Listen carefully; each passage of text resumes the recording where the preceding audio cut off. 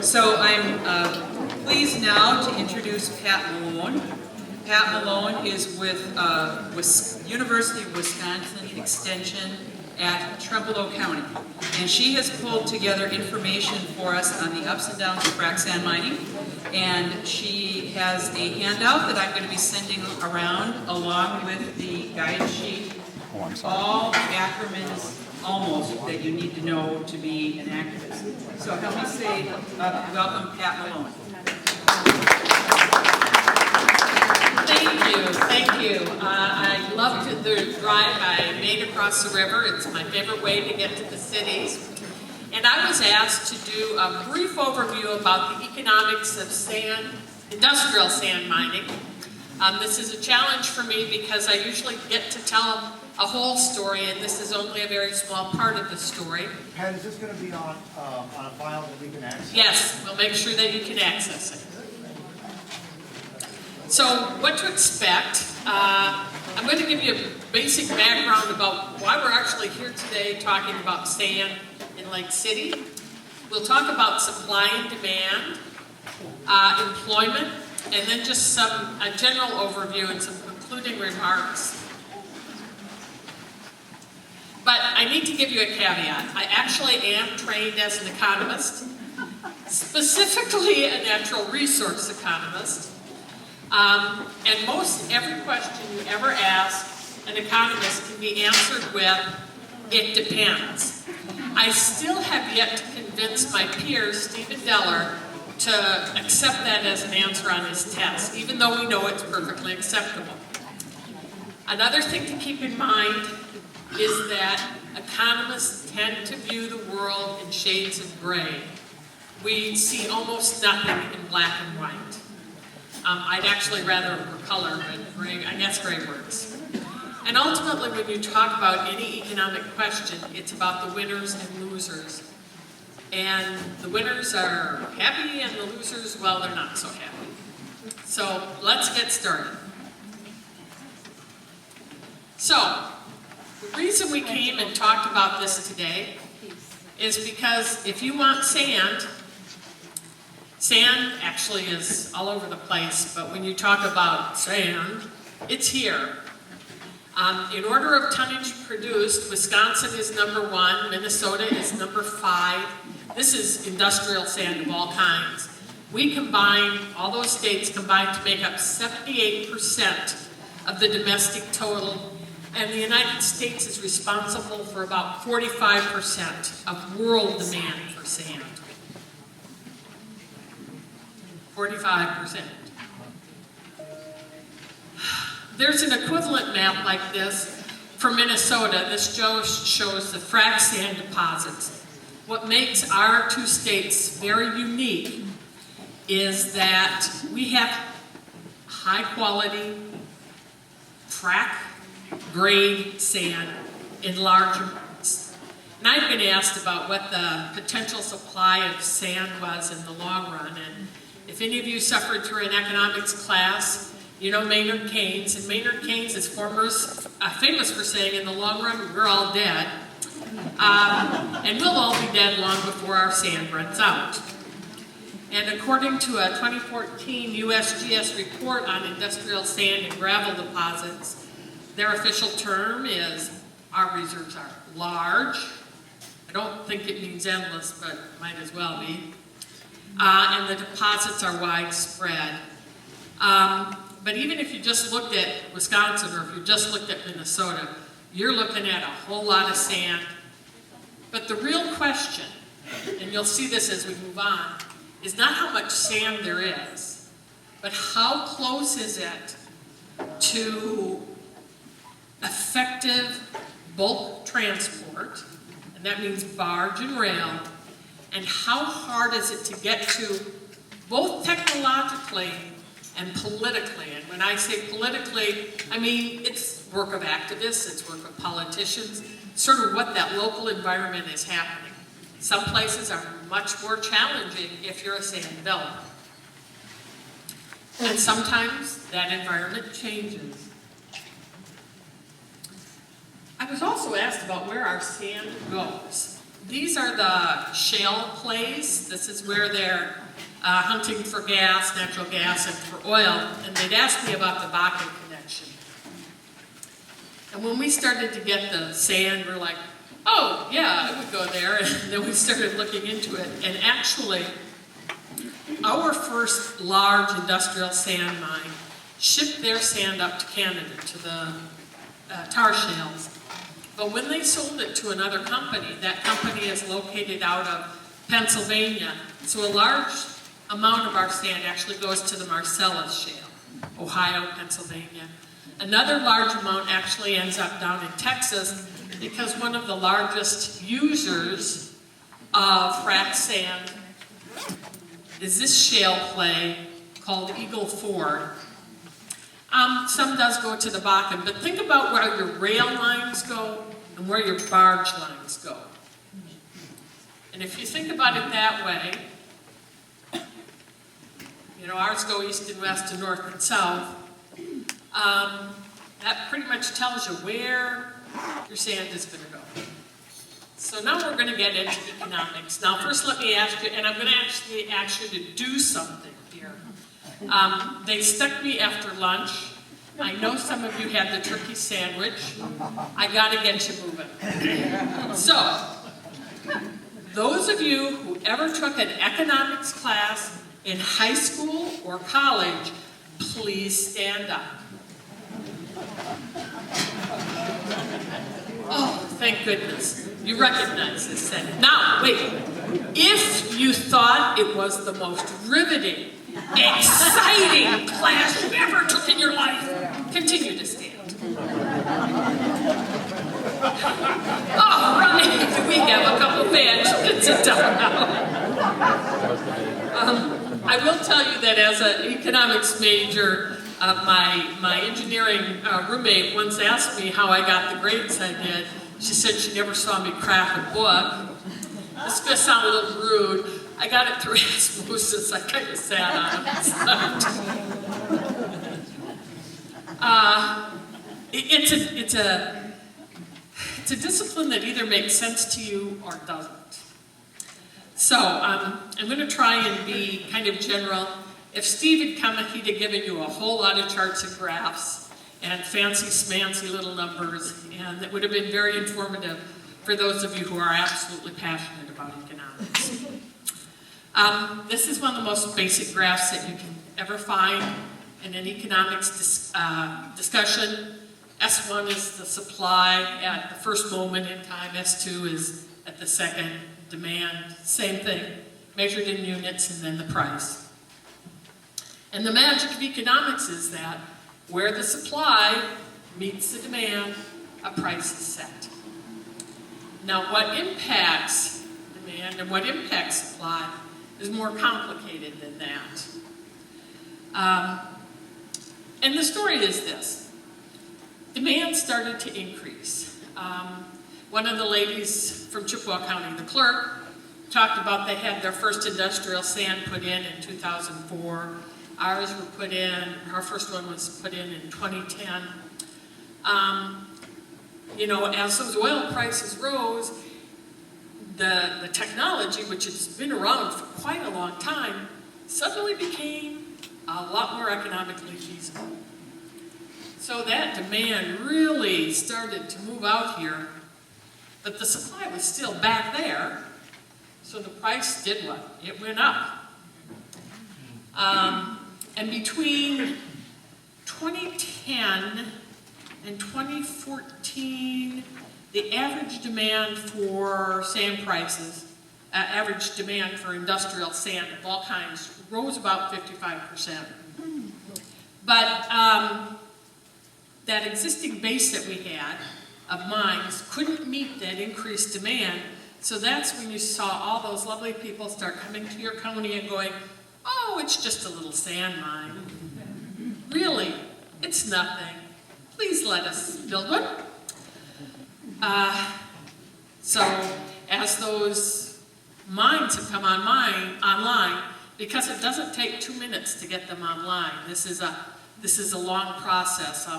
Going again back to my memory of our history.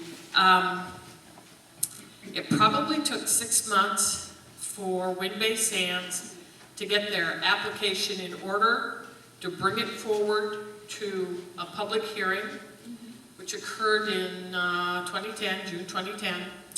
And then it was probably another 6 to 12 months before they actually started mining. So it can take some time, so it's not this instantaneous response. But as those mines have come online, and more of them have, the supply goes out, the price falls down. And because it's so closely linked to both logistics, that's the transport, and the market for oil and natural gas, it follows that cycle. Very much, virtually all extractive industries are very much sort of a boom-bust cycle. So in that period of time, our production, this is production and consumption. Blue is production and red is consumption. So we consume most of what we produce. We saw a 132% increase in industrial sand production over that 4-year period. And most of that growth, what a surprise, occurred in the demand for sand for hydrofracking.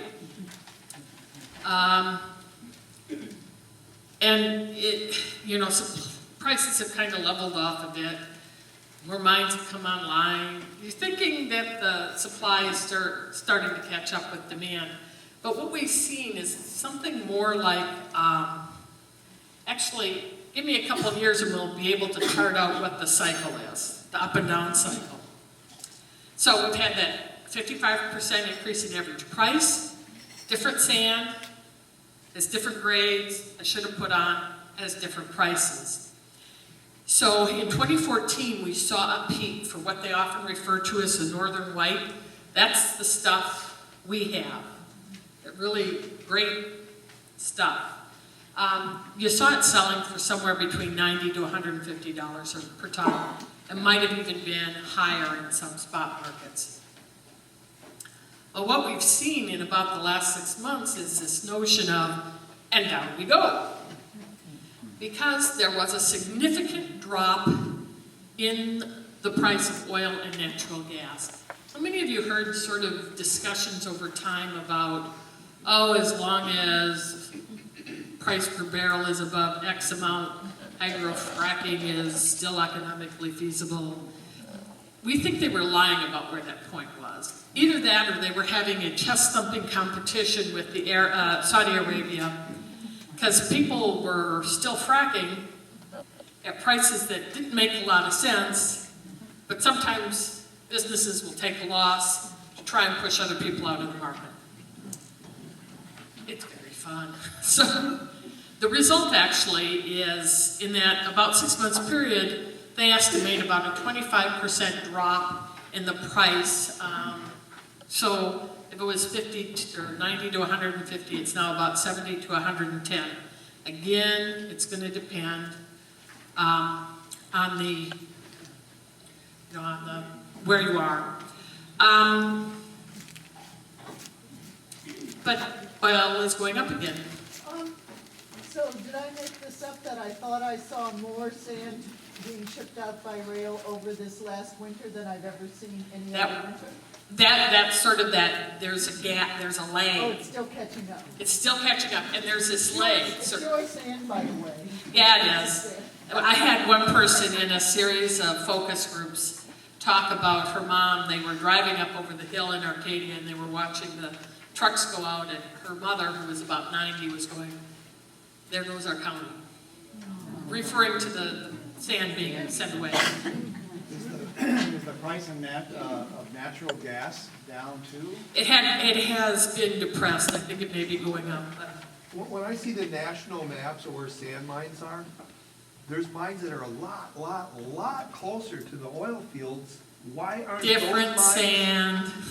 It's not the right kind. It's not the right kind. It's It's not. See, sand is everywhere. So why do they want ours? It's special sand. Those maps are inaccurate? No, they're absolutely accurate. That's where the sand mines are. But they're, It's the wrong kind of sand. Oh, it says frac sand right on the map. Bad. We had the highest quality frac sand. That's why they're willing to ship it so much. Yeah, they're very round particles, high strength, pure silica. I mean, you know, you're like me, you go, well, it's sand. And then they're like, no, it's not just sand. So,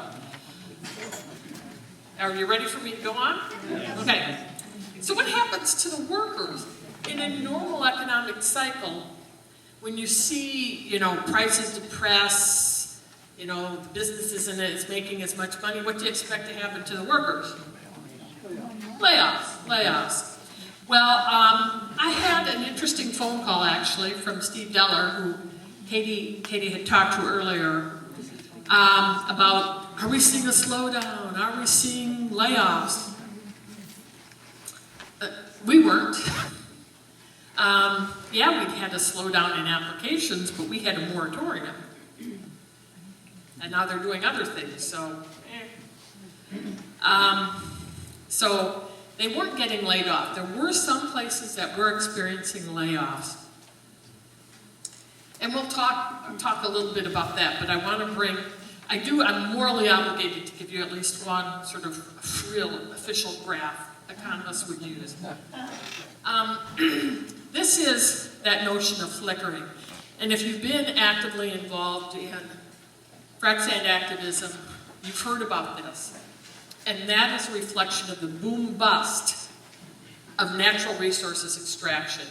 We're seeing it in frac sand now, but it would occur in lumber, and gold mining, iron, any natural resource extraction. This one is very specific to mining and logging. And what happens over time, what's happened over time, at the far end, it dates back to 1947. You used to see these huge swings. When the market was up, they had lots of people hired. When the market dropped, they laid them off. Up and down and up and down. But as you can see over time, that amplitude has gotten smaller and smaller. Pay attention to that because it's important. It has important implications. First of all, why you're seeing that, particularly in sand mining, is they are trading technology for people. In the old days, you had a lot of people out there digging. And now you have a handful of people out there pressing buttons. Some of them are still digging. With big pieces of equipment so they can dig a lot more. So, that has implications for the number of jobs created by any given mine. A mine that is the same size today as it might have been 20, 30, 40 years ago, not that they were quite that long ago, does not need as many people. So that means less ripple effect from wages and so on. On the flip side of that is when there's a downturn, not as many people get laid off. Remember I said you can answer almost anything with it depends? It depends.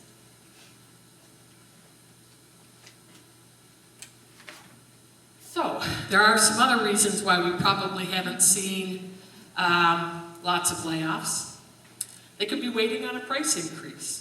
Or actually our stories of them stockpiling the sand and then shipping it out when they get the price they want. Good thing about sand, if you're a sand miner, is it doesn't go bad. it's not like having frozen pork bellies and your refrigeration goes up. So you can wait.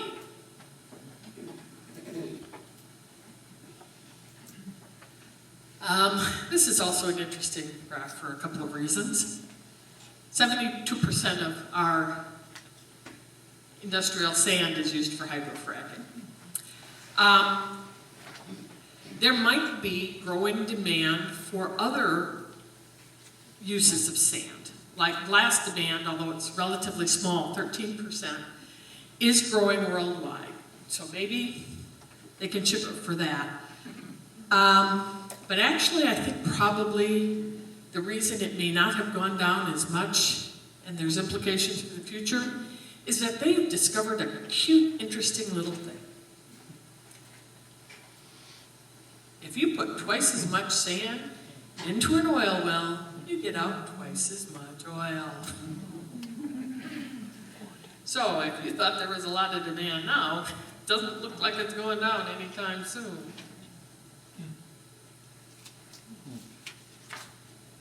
And probably in the short run, the reason we're not seeing lots of changes in labor is that they sign long-term contracts for delivery. Now, these long-term contracts are not 5 years, they're probably a year or 18 months or 2 years.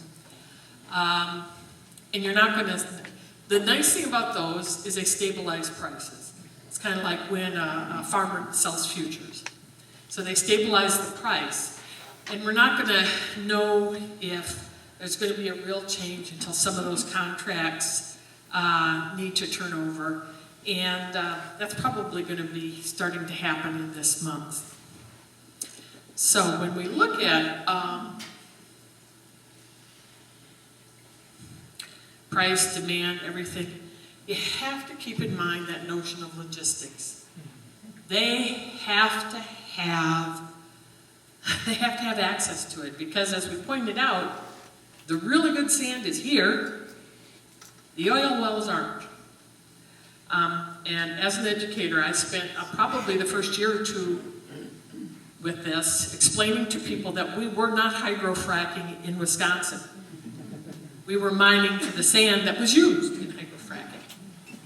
So, it's a bulk commodity, and bulk commodities are best moved by rail and barge. So you need to have access to it. One of the, I guess you could call it plus things, again, it depends, is that if you move it by rail and barge, you reduce the road traffic. Diesel output, miles of stuff that happens to your roads. So that's kind of handy. But most of us know that our infrastructure, particularly rail, hasn't been paid attention to a lot. So I don't know if you noticed this. I have, my office is right across from the Quick Trip in Whitehall, which is like a hotbed of activity. And according to my Quick Trip survey last summer, I get to see them all. You know the miners because they have Texas trucks. Big trucks with Texas plates, actually, because lots of Wisconsins have big trucks. But what you saw were all these rail workers. So they were, we had this little pissant little line that went through Whitehall that Ashley Furniture sent its furniture out to the east.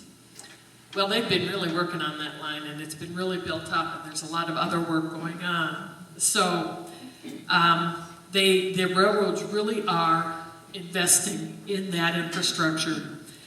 And it all goes back to the cheaper your transportation, the larger your profit margin. And logistics, access to barge and rail and other technology like that, can actually increase the price of sand 3 to 4 times. So, Pat, question? You mentioned the fact that rail and barge can mitigate the damage to roads and air pollution through diesel. The decrease in diesel, the same amount of more can be shipped on a train versus the same amount on trucks. It's more fuel, they're more fuel efficient. Right, but that's not taking into account the fact that to get the sand to the rail or barge, they're going on county roads that aren't built for that, so they're destroying more. Whereas if they were long-term transportation, they'd be on interstates. Actually, ideally, and I don't know if you see that, you can see it in several places where we're at. They literally build these like floating tunnels that go directly from the mine down to the rail line. They literally drop it in the rail car. It does not see a truck at all. That's not all, that's not most of the operation. No. It's not most of the operations. It's a lot of the operations where we're at. In Buffalo County, I know what you're talking about, on there, 88 is awful. sorry, what? State Road 88. Yes. But I'm talking about a county road, there's a mine company down on the county road that actually built up the road. They have to file with, the highway department in the counties and then they do the logistics and everything to see, the stability of the road. And then the mining company has to foot the bill to build up the road to make it safe. If If the county, town, the municipality negotiated for that. Yes. And at the end, you'll see, they damn well better I talk about that. Yeah. Because, you know, it's an unusual, I mean, literally, when I saw that, it's like, my God, and then they have the tunnel, you know, done right. Done better, you can minimize things. So, let's talk about jobs, because how many of you have heard them talk, either your local officials, or your state officials, or the mining officials get up and say, jobs, jobs, jobs. Sand equal jobs. How many of you seen that sign? Okay. Well, I'm here to tell you, they do create jobs. They do. I'm here to tell you, they're good jobs. They're good jobs. They pay higher than the average wage in rural areas. They are family supporting jobs. I talk to people who've gotten some of these jobs, good friends. And I mean, one of them was a trucker, and he's like, I'm home every night. Good pay, good benefits. Remember, I said it depends. One of the challenges is finding accurate job numbers. First of all, that federal data is about 2 years behind where we are right now. So when we wrote that Trumbull County report, going on too long, I think it said we only had like 60 jobs or something. And it's hard to find most up to date. MSHA and the Mining Safety and Health Administration actually collects that data. It is by quarter. So according to that, we have about 170 jobs. But I also know we have more than 3 active mines. The trick is, you gotta have either the exact mining ID number or the exact correct operator name and mine name according to what that mine operator registered his mine under. I can only find 3! But this is 170 is pretty much right on with what our Department of Workforce Development suggested would be created. I need to speed up here. Trumbull County? That's Trumbull County. Katie sent me mine names for places over in Minnesota. Again, they may be what you guys know them as, but they're not what they're registered as. So, ripple effect. The reason they talk about mines and investment is they say it'll ripple through the economy and have all kinds of positive impacts. There's a specialized software we use, Implan, and it calculates numbers. The Trumbull County study done back in 2010 had a multiplier of 1.23, Buffalo 1.37, Wood County 1.55. As the region gets larger, the multiplier goes up. The more urban the county, the multiplier goes up. Just for grins and giggles, that's what happens with the other industries you see in rural counties. Multipliers are big. Yes? Could we go back to that previous one? All right, so there's a comparison there. Has anyone done comparisons between tourism? Oh, the state was, your Department of Tourism. All on that? Actually, dairy, poultry, and hospitals are higher. Pardon? These industries are higher.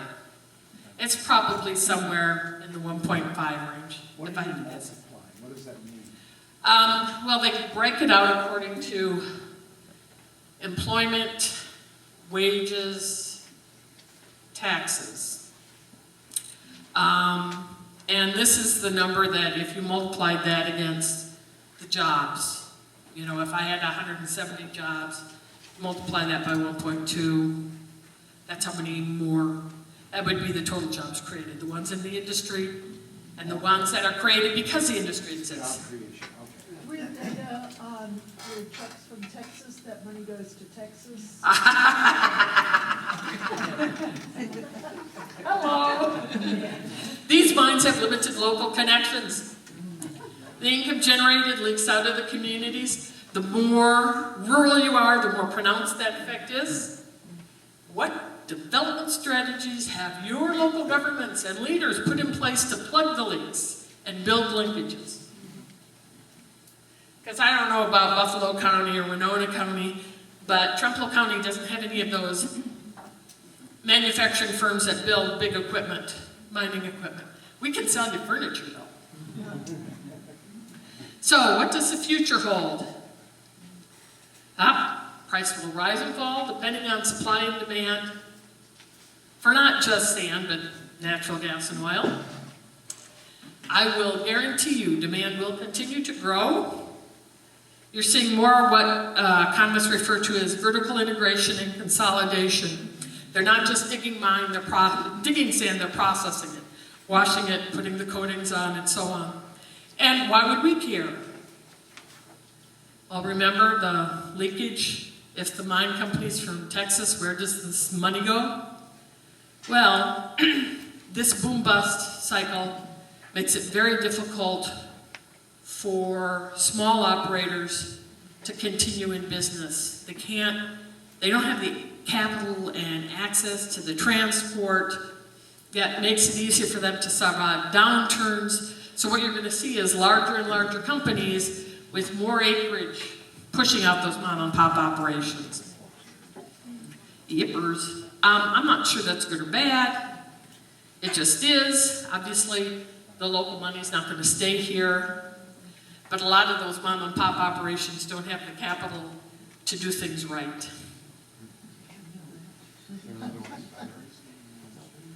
So, we'll leave you with some questions, your activists. You have conversations with your leaders and make damn sure, pardon my French, damn sure that they can answer these questions. What are those opportunity costs? If you're mining, what are you giving up? What plans have you made to address infrastructure and enforcement concerns? Your infrastructure will be worn down. What do you have in your contracts to make damn sure the mines are paying for that? Because I don't think your taxpayers should. But I tend to be a liberal economist. What's going to happen to your local labor pool and other businesses? Our labor pool is very tight. Very tight. We run about 4 or 5% unemployment. There's not a lot of slack labor running around. It's different in other places. Some other places have been more economically depressed, more positive economic benefit. How are you going to balance those competing concerns? It's not just mining, it's farming. And, you know, we have a business that will tell you that every time the mine blasts, they're washing, their wells get sand and they can't process their chickens. Any questions? I went on too long. I'm sorry, Katie. Yeah, what about a good cost-benefit analysis? Have you or any other economist done it? Well, A, you have to pay us. I don't do them. Nobody has done one. We looked. And again, that's like a lot of the implant. You need to, define the region and define costs and benefits. And a lot of it hasn't played out. I mean, we're an experiment. I look at my county particularly, and I'm like, we're an experiment. We don't know all that's going to happen. There's a power report out that was done for Wisconsin. It's pretty thorough. It's very thorough. Yes, it's the farm, I'm not sure if it's on. Wisconsin Farmers Union. And that's an excellent one. There has been any economic stuff done with the decrease in property values and the fact that the mines don't pay taxes? Well, I don't know, are you from Minnesota or Wisconsin? They do pay taxes. They pay taxes differently. The local assessors assess private property. The state of Wisconsin assesses industrial manufacturing property. And you do not start charging the property tax until the building is finished. So we're not entirely sure yet what their tax bill is. But the decrease in property values surrounding the mines and trucking routes, what happens?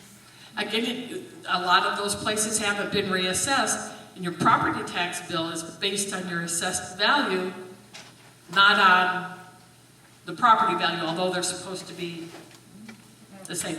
And if those towns haven't gone through and done a reassessment, and it would also depend on, do they really want your land because it gives egress, access to something, or do they just not care? Because that's gonna, I mean, if your land is valued for the mining operation, they'll take it.